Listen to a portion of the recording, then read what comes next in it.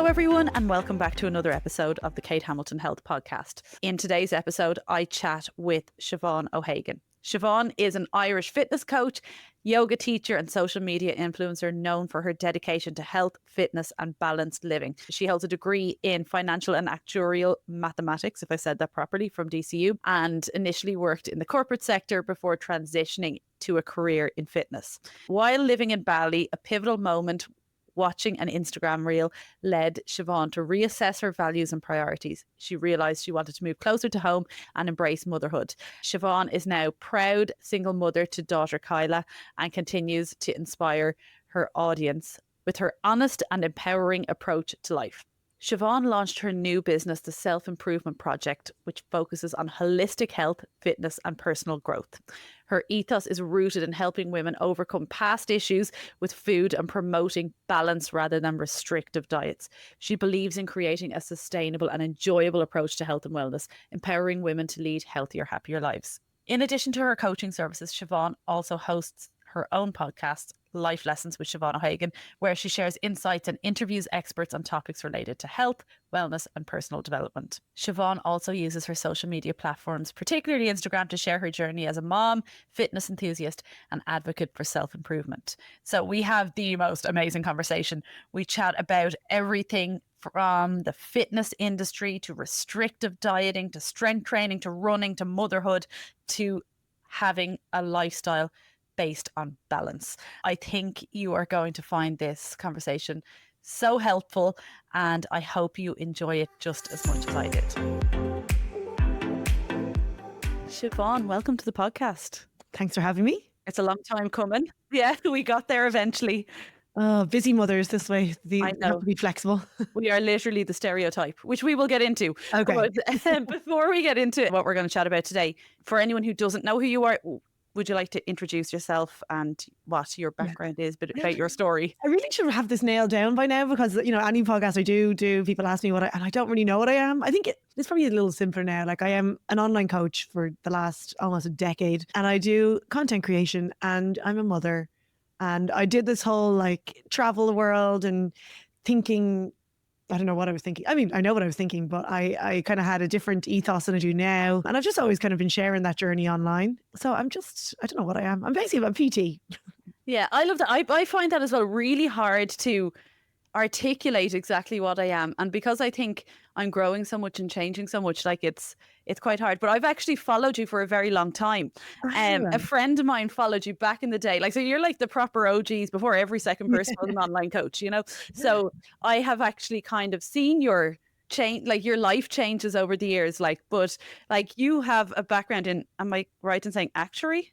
Yeah, I don't know how long I can still talk about that because I feel like it has to expire at some stage. That like, I did a degree in financial and actuarial maths with the idea of being an actuary, but I then realised that I probably wasn't smart enough, or I just didn't study hard enough for like I had a great time in DCU, just went on the piss for living the college years. life. Yeah. And scraped through the degree and got a degree in maths. But you know, after a year or two, kind of working in financial software, I just was a bit lost and then did a year in recruitment. And then I kind of was doing stints working in Portugal, working in nightclubs. Like I was really like, what am I doing with my life? Or what, you know, like I was very much a people person, but I had the finance background. I just didn't. And then so I did recruitment for a year and then I was really lost.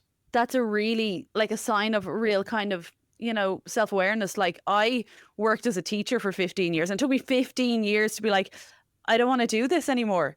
Now I was saying that I suppose I had kids quite young and I had a lot going on and stuff and it was kind of probably needed the financial security. But I think when I hear stories of people that are like, I studied really hard to do this and I got into it, I hated it and I stopped. I'm like, why didn't I do that? I mean, I was lucky that I had no responsibilities. You know, like I had the opportunity then to go, oh, I'll just completely jump off the career ladder and try something new. Like I was living at home, I think, or I'd moved back home at this stage when I decided to start studying as PT. And like even PT back then, like I was like, right, I need to get into like shredded. I felt like I didn't look like a PT. I thought that would never actually work as a career for me. I just had to try something else because I was just desperate to do something different. And I liked going to the gym. I knew I'd always kind of tried dieting, tried tried to be lean. And that's why I never thought I could actually be a PT, because I didn't think I'd ever get lean enough. Because, that back then in 2015, I thought that's what a PT had to look like. And so then I started sharing the journey on Instagram and started sharing my transformation and showing that I was lifting heavy weights. And luckily at the time, it was just that Instagram was kicking off. Weight training for women, I feel like that was just kicking off around that time. And I was just doing that on Instagram. I was getting really lean. Everyone was like, how do I do that? And then I just started collecting email addresses. And that's how I suppose the success of it. And that's how I started having to go online as well, because I was a busy PT straight away. But then I had all these people following me in different parts of the country, being like, give me a program. And I was like, right, let's figure this out. So yeah, I feel like I was doing online coaching before it was a thing. Like I had to kind of figure out how this would work. And luckily it's grown a lot better. And, I've iterated it over the years, and we kind of have a really good system in place now. Anyway, that's a long story short. Growing with the internet though, because those 2015 days, it was real Snapchat, wasn't it? And then it was like Instagram stories came out, and Instagram was very much pictures. Like there was no such thing as reels back then, or TikTok. Yeah, it was like faded photos of oats were like, getting the most likes ever, helping me grow. Just a picture of anything, my lunch, because there was no stories. So I used to post everything on Instagram, but like I'd probably post like a couple of times a day on my grid, like just the most random things. That helped. Like now I'm like, oh my God, to get like 2 likes, I have to create a whole production. I'm like, I feel like this L one in the corner that's like, oh, back in my day, it was a lot easier. But now it's so much more challenging. And because I think at the time, people didn't know the potential of Instagram. And now obviously everyone wants to do it. Everyone wants that lifestyle. Like I didn't know what I was doing. I didn't know that I was creating that lifestyle for me. I was just like trying to make a business out of I just wanted to advertise my PT that I was doing in Swords or Malahide. And, now it's changed so much. Like to be successful on Instagram, I'm looking at you pumping out the content. And like, instead of me actually going and doing it, I'm there like, oh God, I'm past it. I just need to, I'm like, it's a lot of work, in fairness. It is. It is. And like, I know when I do it, it's like trying to balance it all now. Like I keep having this idea, or I keep saying like, oh, once I have, when I get to Thursday, I'll spend all day Thursday, Friday, like creating content. And then, you get a call from the crash or something comes up, and it's creating content is like the last thing. Like for my business, it's like kind of, I forget of it, it's the first thing to stop. Like it's the proactive stuff. I'm like, I need to look after my clients. I need to do whatever I need to do, create the programming. So the content is always kind of the hardest part for me now. Well, people who are consuming content don't realize the amount of work that goes into it. And it is really hard because you're trying to organize your thoughts. So like I try and kind of like plan out kind of what I want to say to people that week. Like I do a little bit every morning before, like I get up, have my little coffee before anyone can talk to me, because like in my house with the chaos, once the kids are up, I've lost any type of creativity. And then it's to try, like what I find with the internet, but obviously because it's so oversaturated now, and there's a lot of misinformation, there's a lot of clickbait, there's a lot of, hooks, that you're trying to get good information to people by putting something that's going to catch their attention in place. But by sticking to your values, it's so difficult. It's so difficult. It's so difficult. I mean, like even when I saw your page, I was like, oh no, someone in the supermarket. And then I actually started listening though. But obviously, just because I was thinking all the others I've seen in the supermarket were giving out, like, scaring people, where we're showing that it's actually not a good idea to be super analyzing your spices. And I was like, oh yeah, you've got a balanced approach. But that's the kind of thing. I literally am asking ChatGPT. I remember ages ago asking ChatGPT, like, why is everyone recording videos in the supermarket? And they were like, they replied like, because it's bright, catches your eye, it's familiarity.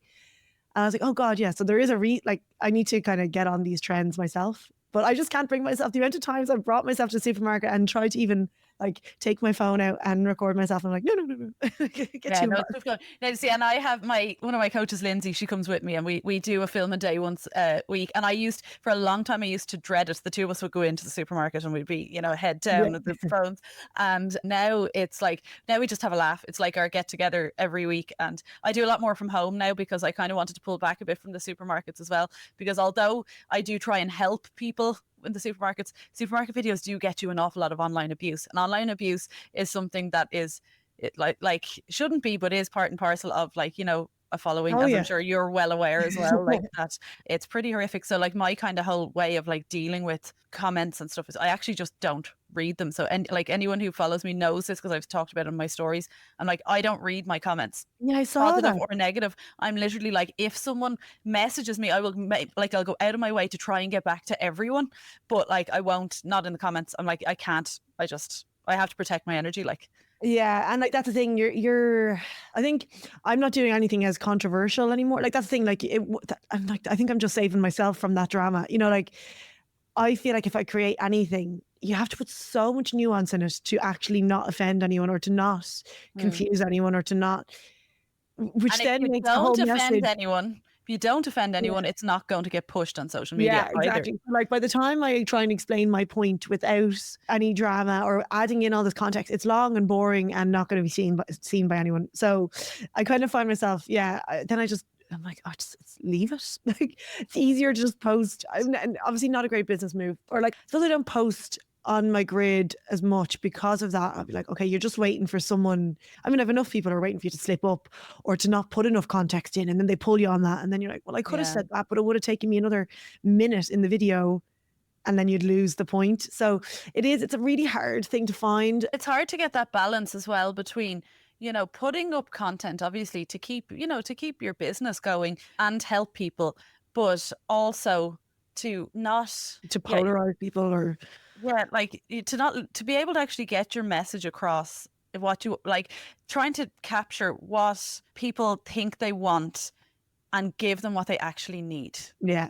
Yeah. And actually the last video I did, which is probably like about 2 weeks ago now at this stage, I just started it with like that. I was like, it's the people who think they need the 6-week shreds that actually need to be with me. And so that's why the messaging can be difficult. Like they might think that they're not going to get any fat loss if they join the self-improvement project, but it's not. It's like you're going to get fat loss and it's going to be sustainable and you're going to improve your health alongside it.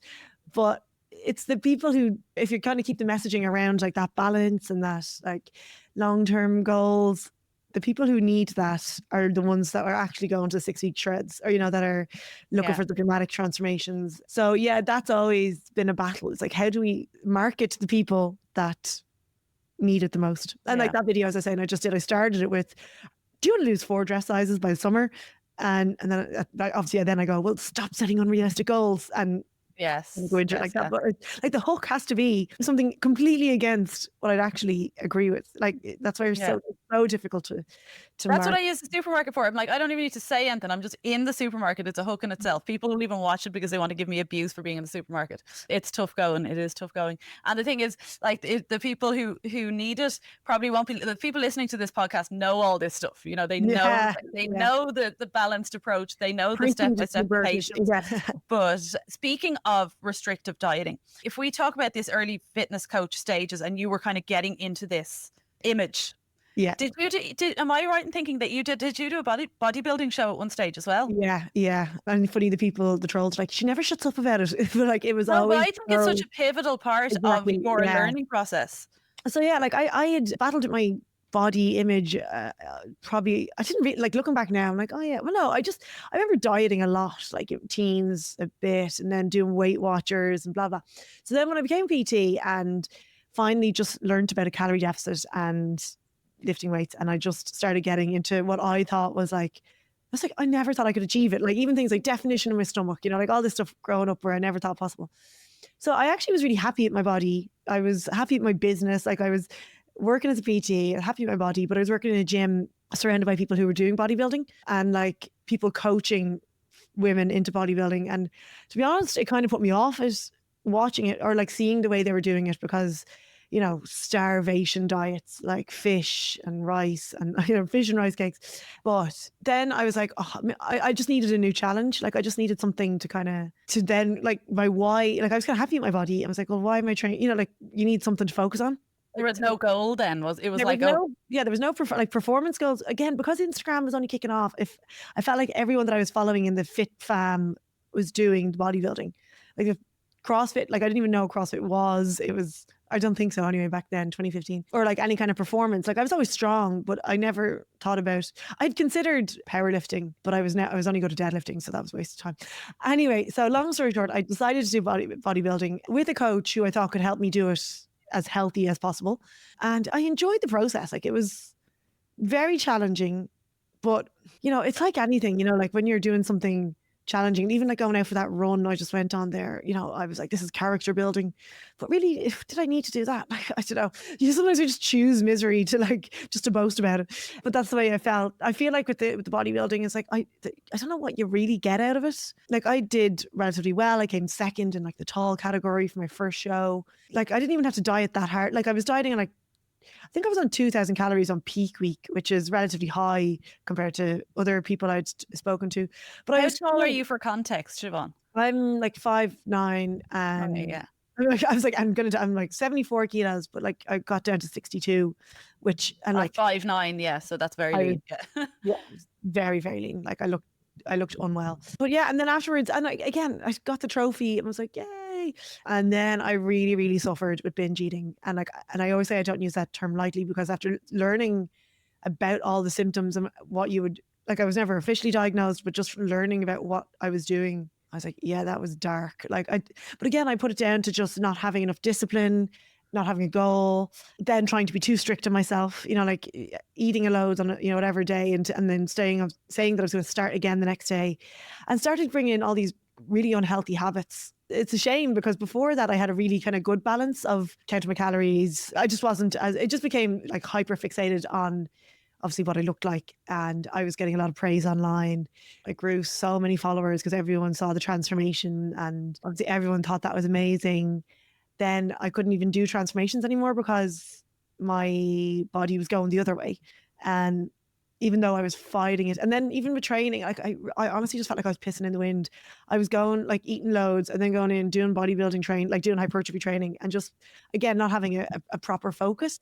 And I was like, what am I doing? Anyway, eventually I thought the solution would be to do another show. So that was the plan. I was like, oh, if I get on stage again, then I'll be disciplined, because I just couldn't figure out why I was binging. Like, I had no control, or then I'd be really, really strict and then lose control. And it was only going to Thailand and just trying CrossFit and trying something that I wasn't good at, and then getting really competitive with that and being like, right, okay, I don't care about what I look like. I just want to like eat to fuel this training, to perform well, and meeting loads of new people who'd never seen me before.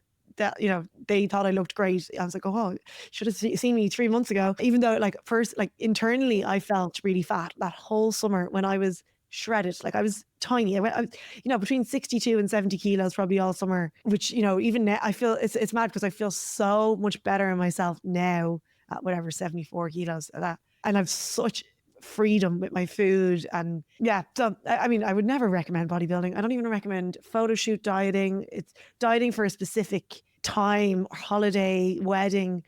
Dieting hard for that, I can see, and I've seen it in clients, I see it in brides especially. They come back from the honeymoon and they've dieted too hard for the wedding, and then they can't find that discipline. They're getting disappointed in themselves. I'm very, very much against restrictive diets now. I mean, yeah, it sounds like common sense, but like, I should have seen that at the time. But as I say, you live and learn. It did shape me, and I learned a lot about how people think. I see it now, like even disordered eating habits in people that sign up, and they don't realize that they're hyper fixated on getting smaller, and they're already tiny, and it's trying to help them find that balance and improve their relationship with their body and with food, and teaching them how good it feels to actually be well fueled. And to move away from the weighing scales.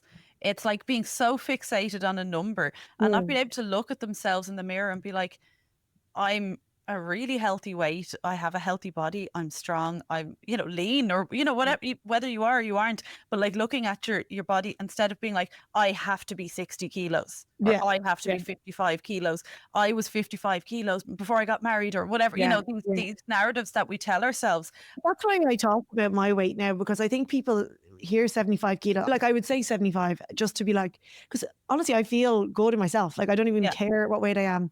I'm at a place I feel good. And I know that I have clients that are like, just need to get under 70. And I'm like, but why? I really always drill down when people have these goals. I'm like, what does that look like? Or exactly, if they're talking about like, oh, well, I was this weight before I had kids. I'm like, well, what did your life look like then? You were doing boxercise 3 times a day, you know, and Yeah. is that feasible? Is that healthy? That's why you have to set realistic targets. Yeah. And are you looking at the photo, or are you actually thinking back to the feeling?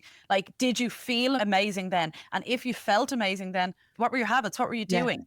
Yes. And then are you able to like replicate those habits now? Or has your life changed and you need to make some sort of adjustments and incorporate some of them? And then it doesn't matter about the number, it matters about the habits. Yeah. And like I always say, like it's okay to feel like you want to change. And often it's that feeling of feeling good that you want. It's not a size, it's not a scale, weight. It's that feeling that you're actually doing something for your body. Like you're nourishing your body, you're improving your fitness, you're improving your strength. And when you're doing all that and you have a neutral relationship with food, like you're not being too strict, like fat loss can naturally come.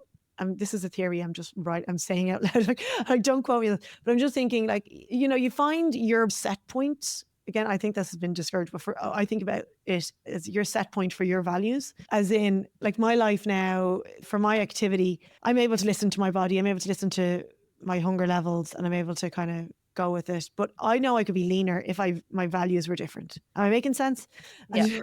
So like, again, after a week of like, I don't know, like Kyla was sick and I wasn't eating properly and I, you know, not moving. You start getting this like, maybe I'll set a target, but realistically, it's not the target I wanted. It's the feeling of feeling good. And when I just have my usual healthy habits in place, like that I'm a naturally active person, that I'm doing training that gets me fitter and stronger, that I'm not under eating, that I'm enjoying my food, that I'm not dieting, or that I'm not getting hyper fixated on food. I know I keep using that word, but I used to be very hyper fixated on food. And now I just go with the flow. Like, you know, I just don't. So some weeks, yeah, I'm like, oh, would I diet? And then I'm like, no, you just need to get back to what's normal for you. And that's what I try and help people is like, it's not about a dieting phase. You know, it's like, let's improve your normal life, your healthy habits in place so that it's not like on a diet or on a training plan. It's you want to train because you want to nourish your body or you want to improve your fitness or you want to get stronger or you want to live longer. When you have your values and your whys in place, it becomes easy and it becomes natural. That does make sense. And like very much how we would work with clients as well is you have to have a clear why. You have to know what you want. You have to know why you want it. And there's nothing wrong with having goals. Like if, you know, I noticed that, and like, I think what's really important is to be really self-reflective as well. Like to be really self-aware. Like I know that I tend to, like, I like to have something to work towards. Mm-hmm. I kind of go through phases. I'd be like, yeah, do you know what? I'm going to run this 10K. So then I was like, great, okay, I'll get into a little bit of running and then I'll ease off on that. I'd be like, do you know what? I just want to get back now. I notice my legs are quite weak. I'm like, I'm going to focus on strengthening them for the next few months and I'll make that my main focus. And I've no professional photos for my business. Do you know what I'm going to do? I'm going to do a photo shoot, but not a super restrictive one. But you see, this is where it comes down to not being one size fits all, isn't it? Because I have never had an issue with restrictive eating. If anything, I can't diet. Like I can't, like, which in a way I think makes me a good coach to other people who struggle to, like, you know, to stick to things. I just wanted to interrupt the podcast for a moment to talk to you a little bit about Kate Hamilton Health online coaching. So we have 2 coaching options available. We have our elite coaching and we have our group coaching service. Our elite coaching service is bespoke, individualized coaching, which will help you to finally break free from diet culture with one-to-one anytime support from your coach and with access to a safe, supportive community. This is a higher ticket coaching option and the coaching is by application only. If you go to my website, katehamiltonhealth.com, you will be able to apply for elite coaching through there and we will be in touch to organize a call and to get you up and running. In relation to our group coaching starts on the first Monday of every month. When it's full each month, we do close the doors. With the group coaching is about building the habits, body and energy of the healthiest version of yourself and finally make it stick. We include personalized calories and portions, food lists, recipes, meal plan ideas, step goals, home or gym-based workouts, depending on what you want, changed every 8 weeks, mindset work, app access. So that's the Kate Hamilton Health app, which will be your hub for everything. Weekly yoga classes, WhatsApp group community, weekly group Q&A with myself, fun challenges, daily habits form, weekly self check-in, fortnightly check-ins with your coach, a library full of lifestyle guides, a library full of lessons, seminars, and all of this is updated regularly. We have weekly group Zoom calls with myself and the team, regular guest seminars where we get experts on to talk more to you about different topics that we need experts on for. And then we have in-person events twice a year that you will get at a major discount as being a member of the Kate Hamilton Health community.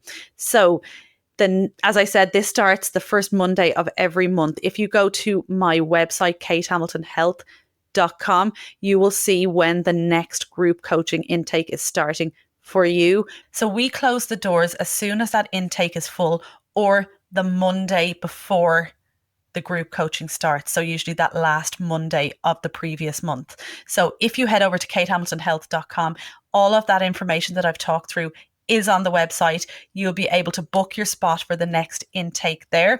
And I will chat to you all then. That's how I am now. Like, that's how I feel now. Yeah. Like, even when I do think like, oh, I'll diet a bit, I honestly, then I'm like, oh, I don't want it enough. That's good. You know, like I don't have that discipline anymore, but it's not a bad thing. It's not discipline. See, it's your why, because your why has changed. Back in 2015, 2016 or whatever, your why was you were building this new business, this exciting social media, and it was a different kind of why. Yeah, like I really did put a lot of value on my appearance then. And I think it's because my body has changed up and down so much over the years. Obviously, even having babies, a baby, but it made me realize that, like, you know, life can be good at loads of different sizes. Like, it's not like this constant chase to be smaller, or you know, like, I know that, say I did lose 2 kilos before I go to Portugal next week, I'm like, like, realistically, would anyone notice except me? Even if they did notice, even if someone commented going, you're looking lean, I'm like, will it be worth the sacrifices I need to get to drop 2 kilos before then? And that's what I try and teach clients. But like, instead of being like, okay, I need to do it for then, it's like, just focus on the small changes day to day. So like the calorie deficit, that it's not too restrictive, that when it comes to a holiday and you get your photo and everyone says you look great, that you're not like, okay, thank God I can relax. You know, like that, what you're doing is sustainable. That's it, that you're creating a life that makes you feel good. And like, when we say calorie deficit, I think people really get, like, they take this up wrong, like that means tracking calories. And don't get me wrong, like, tracking calories works really well for some people working towards a goal. It's not something to do for the rest of your life. It's to get the habits in place to sustain the eating habits that you actually get from getting the results. But being in a calorie deficit can be done without tracking calories as well. Yeah. Which I mean, that's what I've been doing. Yeah. Since I've had Kyla, I haven't really tracked calories. And I surprised myself a bit, been like, oh God, especially last summer, I was like, oh, because I didn't really feel like I was trying too hard. Like, I'd always be like health focused. Like, that's when I have 3 main meals. And say a client came to me now and they're really busy and they want to lose a bit of weight and their eating's all over the place. I'm like, okay, we don't need to track calories straight away. Some people might be up for it. Like, and again, it's very person dependent, because it can be really educational for people, especially like for a lot of people. I'm like, to track protein is a really good one, because people be like, yeah, I eat loads of protein, and it's about the awareness around it, like what are you actually having. So yeah, I mean, a lot of the times when you have people eating regularly, it removes this, like, it's stopping people being hungry. That's a big thing. Calorie deficit, I'm like, you want to be very, very slightly hungry, but if you're finding yourself very hungry, you're not going to be able to fight that forever. So it's like, let's manage that, increasing food. And like, yeah, you can, like, if you're eating like 3 main meals, a couple of snacks, I always say, like, if you want something, have it, but make sure you really want it. Like, no, don't just have it because it's there. And then you can assess like measurements or photos or how you're feeling. And if measurements going up, you could just say, okay, let's look back at the week. What can we tweak? It doesn't have to mean, okay, now track everything you're having. It's like, okay, what's your portions of rice? Did you need to cut that down? Or, maybe we're using loads of oil. Let's just bring that back for this week. And that could be that, these small tweaks then could have you in a calorie deficit without being really anal about it. And if you're starting out, like, and you're like, I don't think that works for me, then tracking your calories can be a really great way to, like you said, how much protein am I eating? Start tracking what you're actually eating. I think it's always a really good starting point for anyone, without any judgment. Just don't change anything. Just start tracking how you're currently eating. And then once you do that, and you're like, oh God, yeah, I'm eating. Awareness and mindfulness. Yeah. You can be like, oh God, I need to eat a bit more protein. Oh Jesus, I'm actually eating about 3,000 calories a day. Maybe I'll just bring them back by 200 or 300. Because I actually, like, I knew I was kind of like snacking a bit more. Like, there's a lot of chocolate in the house, and I kind of was grabbing it mid-morning as well as mid-afternoon. And I was like, I'm going to track my calories for a week, just even for content and stuff, just to remind myself of like how it feels and the thoughts that go through your head. And I couldn't believe how much I was having. Like, I really felt like I'd kind of pulled back and I was still averaging 2,500. I was like, God, I must have been eating easily over 3,000 on average. And it really did. It just makes you more. And again, for protein, like I realized that my 2 eggs in the morning is not enough. You know, I was like, and I deep down I knew that. But when you're tracking, you start, oh, like, add in an extra egg, or I'll have a Greek yogurt in the middle of in the mid morning instead of a bit of chocolate. Because I'd be more thinking about, oh, I need to grab something now before I train at lunchtime. And I Yeah. wasn't being very sensible about the protein. So tracking that was without any targets. Like, I didn't say I was going to stick under anything. I just was like, I'm going to track for some awareness. And that's what it can help people. But some people become like, I cannot use the word hyperfixated again. They become obsessed with sticking to their target, or where they don't, or if they go over their target, they then throw it all out the window and then they overeat. And so it's about learning, I suppose, for the client and for a person, what works best for them. For me, it's always about what reduces the amount of stress in your life. Like, I'm all about removing frustration. So if you're getting amazing results, but you are stressed every day about tracking your food, I'm like, that's not worth it. I'd rather see you go through your day less stressed and get slower results or no Yeah. results, as long as you're like, peace of mind is really what I always aim for myself Yeah. and for clients. And I always say that, if you want to change, it's going to be a little bit uncomfortable. So you're going to be doing things that you're like, oh, like it will feel a little bit stressful. So it's kind of learning to gauge that you Yeah. want to get out of your comfort zone so that you learn and you grow and like whatever you're trying to change. But you don't want to like jump so far out of your comfort zone that you end up in this overwhelmed point, because there is only so long we can actually stay in overwhelm before we say fuck it. Yeah, exactly. Yeah, the hunger thing, like, people been really fighting that hunger, and I'm like, really, that's not really a good thing. Like, you want a very, very slight hunger if you're going to be in deficit, but if you're fighting a big hunger, you can't really beat your body. There are people who are very, very, very disciplined, but again, like, you're sacrificing. But are they happy? Like Yeah, that would be my point. Like when we think about like any client that has come to me ever with any type of goal, if you think about any goal you've ever had, like if you dig deep enough, the goal really is about being happy, whether it's to get more followers or whether it's to have a body composition or whether it's to, do a 10K race or whatever it is. yeah. At the end of the day, it's like we're all chasing that feeling. Like, what's the point in having something if the things that take to keep it make you that miserable? Yeah. I used to always live my life like that. Be like, okay, am I happy? Yes, keep going. If not, and to be honest, it kind of kept me a little bit probably longer in Bali than I needed to, because I realized, like, you need happiness, but I felt like you also need challenge. So it's that kind of balance of, and that's why people obviously take on these 10K runs. That's why I went out for a run there in the lashing rain. Like, it was that balance of going, am I doing this?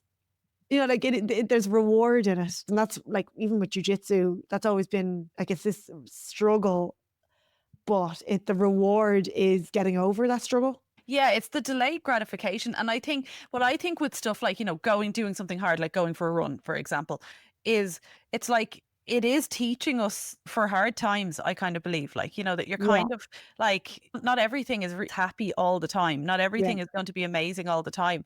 And like, there's going to be hard times as well. But like, not that you're torturing you. I don't know, does that sound a little bit Challenging yourself, like, challenging. yeah, you're not, it's not that you're torturing yourself. It's like, yeah, you're challenging yourself. You're pushing your So that, comfort zone out so further, because then your comfort zone gets further and further. When you step yeah, outside and you your comfort zone, your learn. comfort zone gets further away. And Yeah, and you learn what you're capable of. Like yeah, this is exactly what CrossFit did for me as well. Actually, interestingly enough, I went in the opposite way. So when I got into fitness, I started off just like doing online workouts with Kayla Itznes. I used to do yeah, her like at home BBG workouts back, but like when they were PDFs. That was like, yeah, that was probably 2015 or so. But then I ended up getting into the gym, but I ended up in a CrossFit gym, and this was through teaching, like because we were like coaching oh, kids and stuff. But I actually got into the gym, straight into a CrossFit gym, not knowing what I was getting myself into, and absolutely loved it. And I think that what it taught me very much was I'm so much more stronger than I think, and what I look like really doesn't matter. And I yeah. loved that. I wish I'd gotten straight to that. Now, saying that, I Um, quite like my life away from it now, because I'm like, it doesn't always have to be so hard. yeah, that's another big thing. Like, I went from bodybuilding to then training really intensely, like CrossFit, Jiu Jitsu, and I'd be like doing such intense training, and I'd be thinking back on my bodybuilding days, going, I can't believe I used to take pre-workout to go in and do a few squats. Like, when I used to train, like, the intensity of my training was so much harder. But then I've kind of So it's probably maturing as well as like looking at and seeing it in clients as like overtraining. I don't think I was overtraining, but I just see a lot of women, doing CrossFit 5 days a week and trying to like lose weight and wondering why it's not happening. I'm like, there's a lot going on here. It's all, and you're trying to, and it's mad. It's those people that are the hardest to get through to, because you want to tell them to pull back on training and to eat a little bit more to find that balance that's sustainable. And it's so hard for someone who's so motivated and disciplined to hear that. And like, Yeah. that's probably one of the hardest ones to come back. Or it's getting people to train less. It's to get that balance, because if you're putting your body under that much stress and strain all the time, then your cortisol levels are high, and nothing feels good. Things probably aren't digesting properly. There's like you're creating. And I'm not one to say, like, the problem is, I think a lot of the time people are underestimating how much they're actually having when you're training a lot. I mean, like, for example, the way I was before I started tracking last week.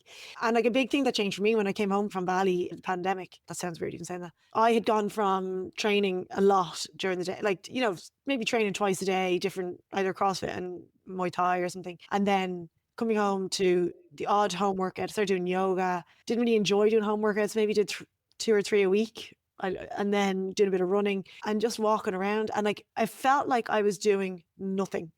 But I ended up getting the leanest I'd been like in about a year, because even with food, I had time to think about, like, it wasn't just like, oh my God, I need to eat loads because I'm training really hard.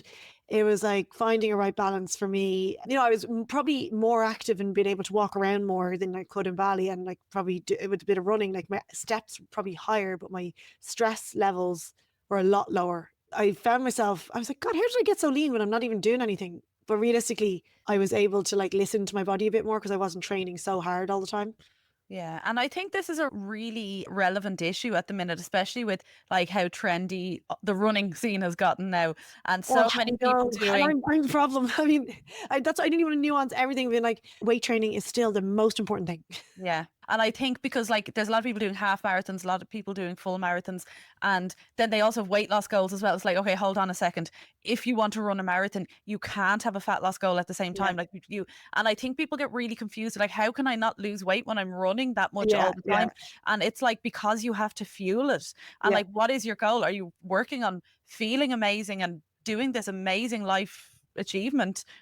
Or are you worried about what you look like? Yeah. And like it is possible, but you're going to have to sacrifice something. You have to balance these out. One has to be more important. Yeah. You won't perform your best if you have a fat loss goal, because you won't be fueling yourself correctly for training and for recovery. But I'm more thinking long term. I'm thinking, again, getting older, thinking of how able I want to be for as long as possible. And seeing everyone doing the running, and it's hard because obviously they are doing amazing, and like I want to clap everyone doing their half marathons, and I'm like, this is amazing. But if you're going out and running 4 or 5 times a week and not weight training, you're setting yourself up to be frail. Like, you're losing muscle mass. The more muscle, the better you have. And I feel like I'm glad I spent so long building so much muscle, I say, like in the last 10 years, that I can maybe take the foot off the gas a little bit. And like, I'm thinking about maintaining muscle at this stage, because, but that's me, I suppose, sacrificing. I'm not going to be gaining much muscle at the moment because I have Jiu Jitsu goals and because I have running goals. But that's like a decision I'm making myself. But I just hate seeing people, running around, excuse the pun, not understanding that, like thinking, obviously heart health is so important. You're like getting the running is amazing alongside weight training. It's so important for women. Like sarcopenia and osteoporosis and women can be delayed with more muscle mass. Like if you fall later in life, the more muscle you have mass, like you're less likely to fall. You have better recovery from falls. You will then have a quality of life. You're able to lift things. Like, I know running is easy, it's accessible, it's fantastic. It's, the runner's high. Sometimes going to the gym can be confusing. You don't know what reps to be doing, or you're going to the gym and you're doing high reps and it's not actually efficient use of your time if you're stuck for time. I just feel like the information is there. I'm just really trying to get it out there, because, you see older women now struggling. They don't have that muscle mass. Like, I really am confident that I'm going to be a strong granny. Like, me too. Yeah. And I feel like there's going to be, because there is an army of strong grannies coming up through the ranks. It's exciting seeing this change, that like being an old woman doesn't mean frailty if you put in the work now. Yeah. And I think everything you're saying is so important and it's so true. And that someone listening might be like, oh my God, yeah, but where do I start? So like, this is where it really does come down to, you have to make it work in your routine. Like at the minute, I have created the perfect routine for me, keeping in mind that I have my own business. Like I have a team there to help me as well. So I have a little bit more flexible time now when my kids are all my kids are in school as well. So I have a bit more time. I strength train 3 to 4 times a week, depending. I'm kind of transitioning to a 4-day program at the minute, but I was only training 3 times a week. I was running twice a week and then doing yoga twice a week, which is quite, people are like, oh Jesus, Kate, where do I find time to do that? Yeah. But not everyone needs to do that much. That's what works well for me. Like 3 strength, 2 runs, 2 yoga in my week. And it's a lovely balance. Makes that way I'm feeling good. I'm keeping healthy with my running. I'm getting my stretch in with my yoga.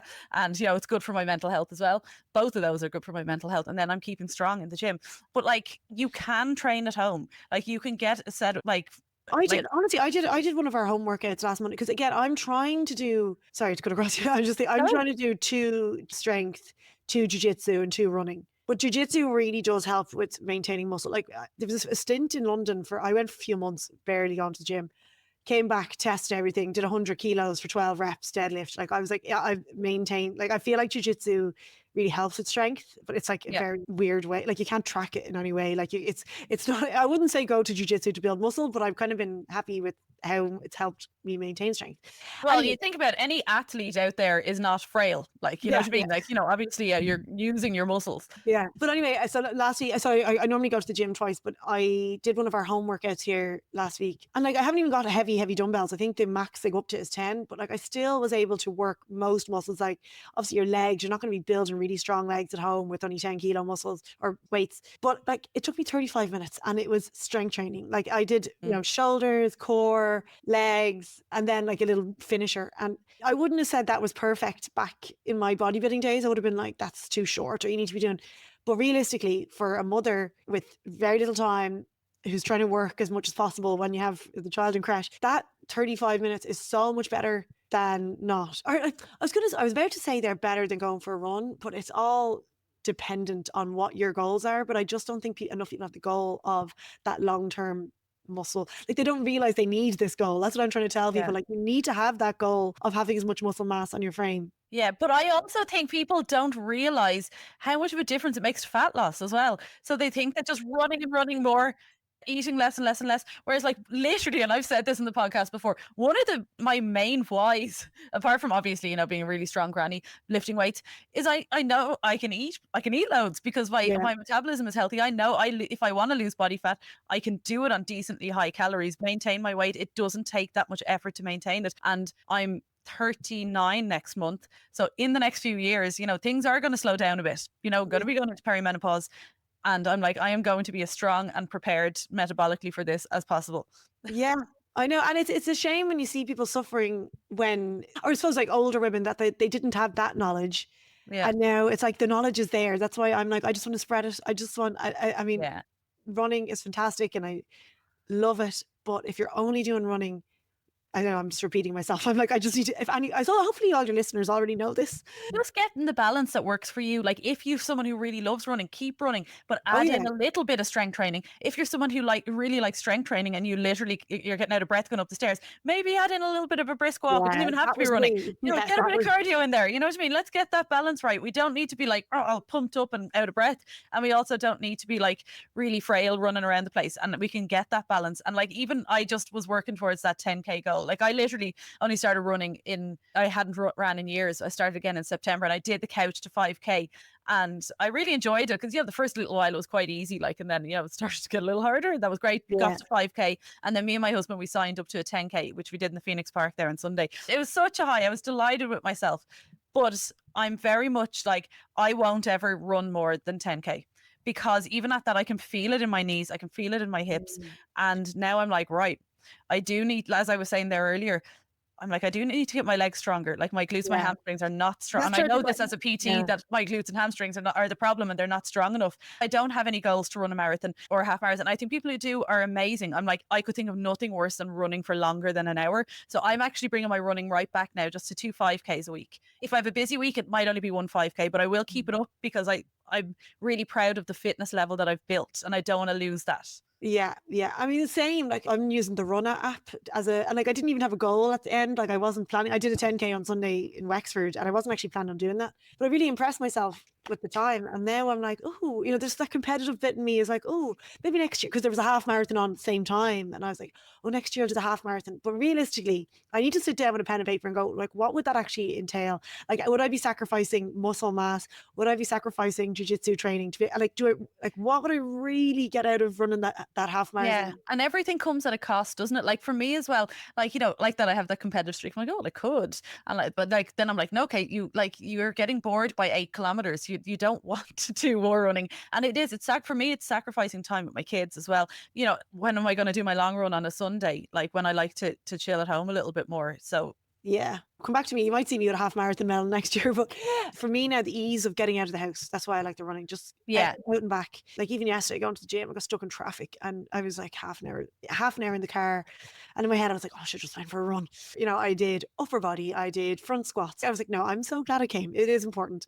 It's just trying to find that right schedule for yourself and making informed choices. Yeah, that's it. And kind of like, if you have a goal, why is it your goal? When I was a bit like, oh, like, the running. And I'm like, no, okay, you don't enjoy doing any more than this. Why? Like your knees hurt. Stop. Like, focus on something else. Whereas, so just kind of know, like back to me saying self-awareness a lot, but back to that self-awareness of why do I want this? And am I enjoying it? And I think what you said, I think that's a really important point. Am I happy doing this? Because in your habits in general, yeah, you're going to be uncomfortable, like I said, making changes. And it's okay to be uncomfortable, but are they rewarding things that you're doing? Are they making you feel good physically? Are they making you feel good mentally? It's a good question to ask yourself. Yeah, and maybe I do feel good after the run. Like, I mean, it's because I had been the last couple of weeks, the weather has been so nice. I've really enjoyed it. And I was like, oh no, I'm glad I didn't set any mad running goals. I didn't have to go out in the rain, but I also, time wise, I was like, I'll get that done before the podcast. There's no jiu-jitsu that I would have made it to. It wouldn't have made it to gym and back. The reality of a mother. And I think, it's really important to talk about, like, you have a small child and you're running a business where, like, what works for me today, it works for me to go for a run. I've moved my body. Unfortunately, I have to do it all when she's in creche, like, because I'd love to be able to get up and go for a run in the morning, or even to train, go to the gym in the morning. But like realistically, I have to do everything, and I have to work and train in the time that she's in creche. So it's tough going. And like I'm the same. Like I would love to just get up and go. Like I'd love to get out, move my, the way like everyone's like, oh, your morning routine, and you should get out and you should do this. I always was a big person for the morning routine. I still am. I try. Like I had Kyla trying to read her book beside me in bed today, but it wasn't really happening. Yeah. But like I'd love to get out and walk, like even just get out for a walk or go to the gym, or get out for a run first thing. But my husband trains first thing in the morning, and like the kids are asleep in bed. But also this is a great time for me to sit at my desk and get, like I said at the start, get my thoughts together and what do I want to tell people today? How do I actually feel? So I've actually used that time where I will do like a short little meditation, and I have my nice little incense, and I burn the incense, so I know it's like calm Kate time first. That little morning routine works nicely for me, and I just literally do like a little headspace meditation. There's nothing fancy about my meditation practice, but I literally, like, 8 minutes is enough for me. But I'm really trying to practice that, separating myself from my thoughts, and I've really noticed a difference over time. And I think with meditation, that can be a really difficult thing for people. They're like, it doesn't work. I can't stop I need to thinking. get back into it myself. Like I always, like my meditation was always my yoga. Like my yoga has been so consistent for like the last 5 years. Well, last 3 years, and then the last 2 years have been inconsistent. But my meditation, like I always found like a moving meditation, and then the shavasana at the end, like that would be my time. And like I would come up, that'd be all my content and everything would come to me in that shavasana. Like I'd always be so creative after moving my body. But now I aim for 12 minutes of yoga. Like sometimes that's with Kyla, sometimes it's not. Sometimes I finish it, sometimes I don't. And then my 1 minute shavasana. Anyway, so I know, and like I can tell in myself, like I need to get back into like structured meditation. It's just not happening at the moment, but I've realized I've kind of just let it slip because the yoga practice is getting shorter and shorter or interrupted. I know the benefits. I think we make this big list, don't we? It's like, I have to do this.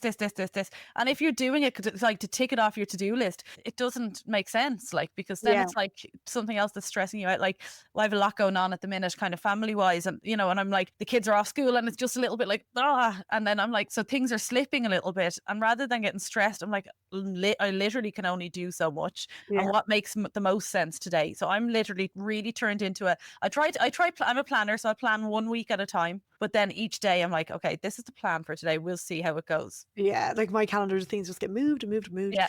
But yeah, I used to do, like, my routine used to be so strict, like not strict, but so regular, no interruptions. I used to read, journal. Like I used to read 2 books, I have my coffee, journal, yoga, write a marketing email, and then go training. But now I just do what I can. Like I journal maybe once a week. I do a bit of yoga. I try and read. Like the reading I've been better at it the last week. I think because Married at First Sight is finished. But I really love reading, but it's just that's the hardest one to do when You've had a traveling. real lifestyle change though, don't you? Like, let's bring it back a little bit to like, because you were living like the digital nomad life in Bali, weren't you? Like, Before digital nomad was a word. Like I didn't even realize that's what I was doing. I just wanted freedom. Yeah, you just wanted the freedom and go and just explore. And then you trained as a yoga teacher as well. And you got really into yoga at the meditation at that time. No, I actually, you would think you would do it, like being in Bali that's where you would do yoga teacher training. But it was actually when I left Bali in COVID and came back to Dublin, that's when I started doing yoga regularly.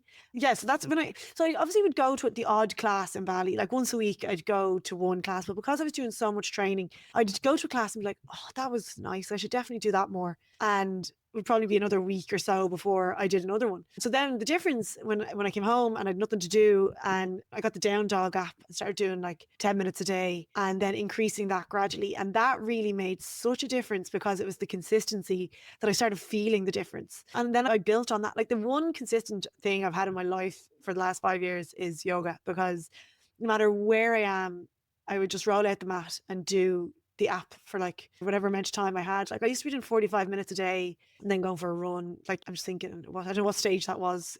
Still in lockdown, but in Portugal. Anyway, so then when I went back to Bali, I still didn't really go to yoga classes. I still just rolled out the mat in my villa and just still stuck to the 10, 15 minutes, half an hour, and then went training. So like it was always, it became part of my morning routine. So your yoga was your meditation. Like you weren't lying there like doing a guided meditation. You were moving your body and being really mindful while moving your body, kind of. And I think that's what happens. A lot of people is like they want to incorporate yoga into their life, and they're trying to go make time to go to a structured class, and it's an hour out of their day, and it might not be and they might do that once a week. Where I actually think regular smaller ones would probably be like, if you keep that up in the long run, probably more consistent and more effective.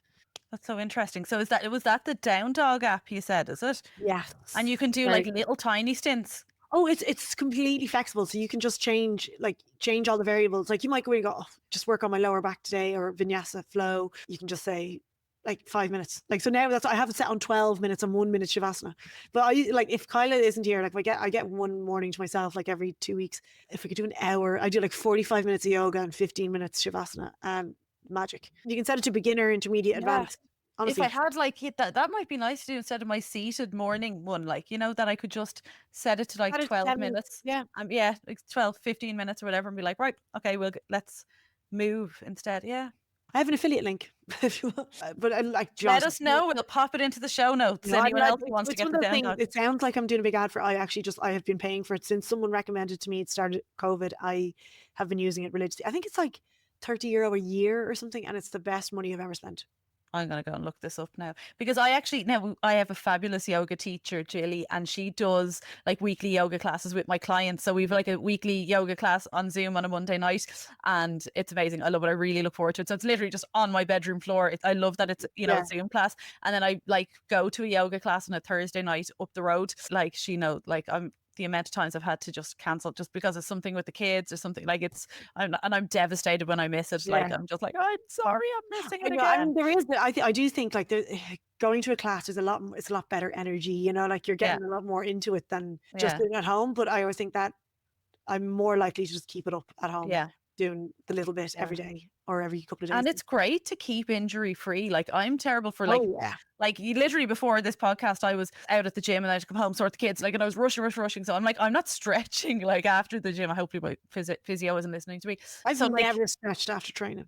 Ever. Yeah. And I'm convinced like Jiu Jitsu has your body in you need strength in the craziest ranges of motion. And I really think yoga has stopped me being injured doing anything. Like it just really, really does. It is has the joints. best form of stretching. Yeah. Strength and mobility, like holding poses, you're strengthening the joints as well, like, and all the muscles around the joints in ways that you just don't get in any other way. I just can't imagine Yeah, where and else your you would do it. core strength as well, like how much you're working your core and your pelvic floor, especially if you're running. If anyone else, any mothers that are trying to run like me, my pelvic floor needs a lot of work. Yoga helps that. And then I'm actually just doing another postnatal course at the moment, Sheridan Sky. It's very good. It's on Clean Health. Sorry, Clean Health is the name of the like platform, but it's really good for postpartum women. And like they talk about pelvic floor and yeah, like so many people are suffering. Like so many people are letting and just getting on with life. And like I think there's like things can be improved. Obviously go to a women's health physio. But also I really do think like the strength training and the yoga and all it really does, especially with breathing in the yoga, if you get that right.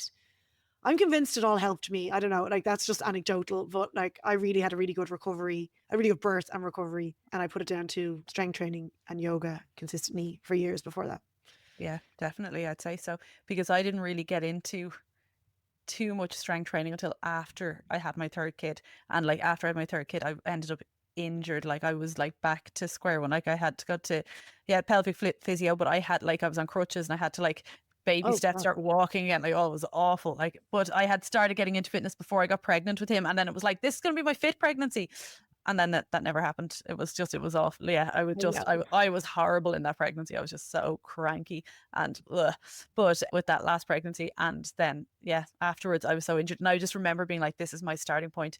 And it always is. So anytime I show my progress photos, that those initial photos are after I've had him, a couple of months after I've had him, I'm like, that was my starting point. I literally had to, like, what takes me 10 minutes to walk around the back of my house, I remember walking with my friend and it taking about 40 minutes, like, and it was just so painful. And it's funny because I had my oldest child is 15, so like had him 15 years ago. And I remember the midwife being like, do your pelvic floor exercises, you'll thank me when you're 40. And I'm like, God damn it. And it's because I didn't know what a pelvic floor was. I was 23. Like I was like, oh yeah, it's grand, just pop it, baby. I'm grand now, grand. I didn't even know until I got pregnant. I actually, like, the amount of stuff I learned when I was pregnant, I was like, why didn't I learn all this before? Like, and I had done the prenatal and postnatal course, but I just didn't absorb it enough. It's only when you go through it yourself that I was like, oh my God, there's so much to learn.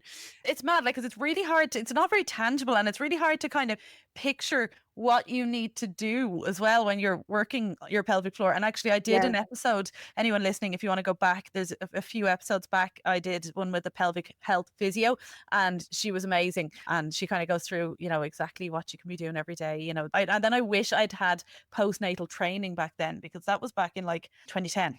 And like, I mean, even like we talk about all the exercise you need to do, but even just being in tune with your breath and when you're doing your strength training, because I was doing loads of the pelvic floor exercises when I was learning about them when I was pregnant and doing Pilates and all this. And then I was like, do I need to be doing this when I'm doing strength training and contracting the pelvic floor correctly, releasing it with, like, so say I'm doing a bench press, I was focusing on the pelvic floor, like with the breath with each movement. So basically incorporating it into my own training. And then I went to a physio and was like, do I still need to be doing this? And she was like, no, you're grand. You're doing it with your training. It's more postpartum, obviously. So I was trying to do it like prenatal, and then postpartum is when you're rebuilding. That's when they're even more important, like, and setting reminders on your phone to be doing your Kegels while, I don't know, you're sitting there feeding the baby, be like, okay, every time I give a bottle, I'm going to do this, because it's obviously very hard to remember to look after yourself when you're looking after a baby.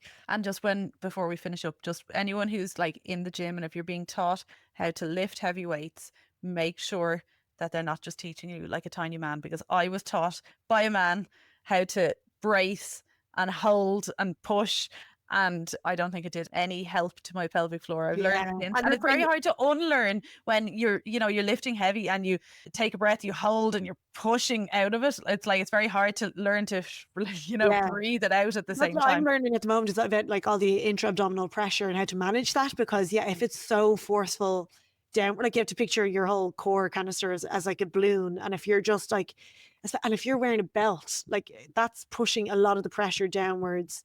Again, you can manage it with your breath, but if you're bearing down, it can be putting a lot of pressure on your pelvic floor, especially if you're postpartum. You know, you have to Yeah. kind of manage your breath better.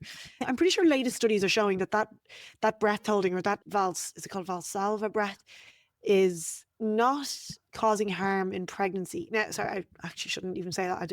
I can't remember off the top of my head, but it was something like they tested it, because I always thought when I was pregnant that I can't brace because it wouldn't be good on my pelvic floor.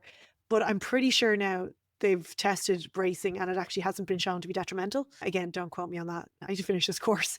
Interesting to hear, though. And like, I mean, it's great seeing that this course I'm doing is like all the latest research, because it's changed since the 2 years since I've been pregnant. Things like having your heart rate really high is seems okay in pregnancy, which I definitely tested that myself. Like I really pushed myself in CrossFit, like doing like on the machines, and you know, they'd be like, you need to slow down. I'm like, I feel fine. Like, and I was just going by what I felt like. But yeah, I'm really interested in the training pre and post natal, because I just think it really, really benefited me and benefits others. And I was very careful with my messaging. Like, as you said, like you couldn't train, you know, like you thought you wanted to train, you couldn't train. Like, so you don't want to be shaming anyone either if they can't, you know. It's obviously like listen to your body or listen to your doctors. But I just know that I just don't want women to think that they're, you know, they're fragile and that they can't do. Yeah, absolutely. And there's so many amazing coaches out there and classes out there to go and train while pregnant and to train postpartum. And like, you know, my local gym up here has like a babies and barbells class where the babies go into a little playpen and the moms lift barbells, which I love. You know what I mean? So there's loads of amazing communities out there. So if, you know, any moms listening that do want to lift weights while pregnant, or, you know, but they don't want to do it on their own, there's definitely loads out there. Yeah. And like the thing is, being pregnant, there's very few alterations you actually need. So I think I was doing CrossFit, and like I knew myself, because I had done the course. I was like, I knew what changes to make. And the thing is, it's not always for everyone. Like, as in, you know, people say like, oh, give me a trimester 1 training plan. And like, well, it'll be different for you to another person, or trimester 2. You know, your pelvic floor might not be able to jump, or your pelvic floor might be able to, or you might be able to lie flat and you're not. Like, it's all about, it's quite individual. So yeah, I just talk to the clients and be like, okay, how are you feeling? How does this feel? Okay, you don't need to do that, blah, blah. Yeah. And what people are comfortable with as well. You know, some people don't want to be jumping on things or stepping on things or afraid to fall off. Of course. So it depends. Yeah, it depends on the person. Absolutely. Okay, last question and we finish it there. What does the word health mean to you? Ooh, I think it's very multifaceted. I don't think it's only physical health. I think you have to take into account your mental health, your social health, your spiritual health. And I think I always use a visual of a wheel. And like, if one is perfect and one's off, that's not healthy for me. I like a balance around them all. They don't all have to be perfect, but I just think a balance in all these different areas of your health is what you should be aiming for, which might mean pulling back on some physical health things to protect your mental health, or maybe your career health is amazing, but your social health is first. So like, I think going for like a 7 out of 10 in all of those is probably more beneficial. It's more healthy, I suppose, in my opinion, than aiming for 10 out of 10 in some of them. And yeah, balance, like getting that balance right, because I think some of the high achievers that we look up to are very good in one area, and it's like, but what about the rest of the other areas? So like, just always worth keeping that in mind. And I do think balance is definitely the healthier way. Siobhan, thank you so much for coming on and chatting. If people want to reach out to you or find out more about the Self-Improvement Project, is the best place to reach you Instagram? My Instagram is Siobhan, or else we have the Self-Improvement Project on Instagram, and .com is the website. It's really long to type, so the selfimprovementproject.com. I'm sure it'll come up in your suggested as you start typing. Sure. Siobhan, thanks so much. Thanks for having me. Bye.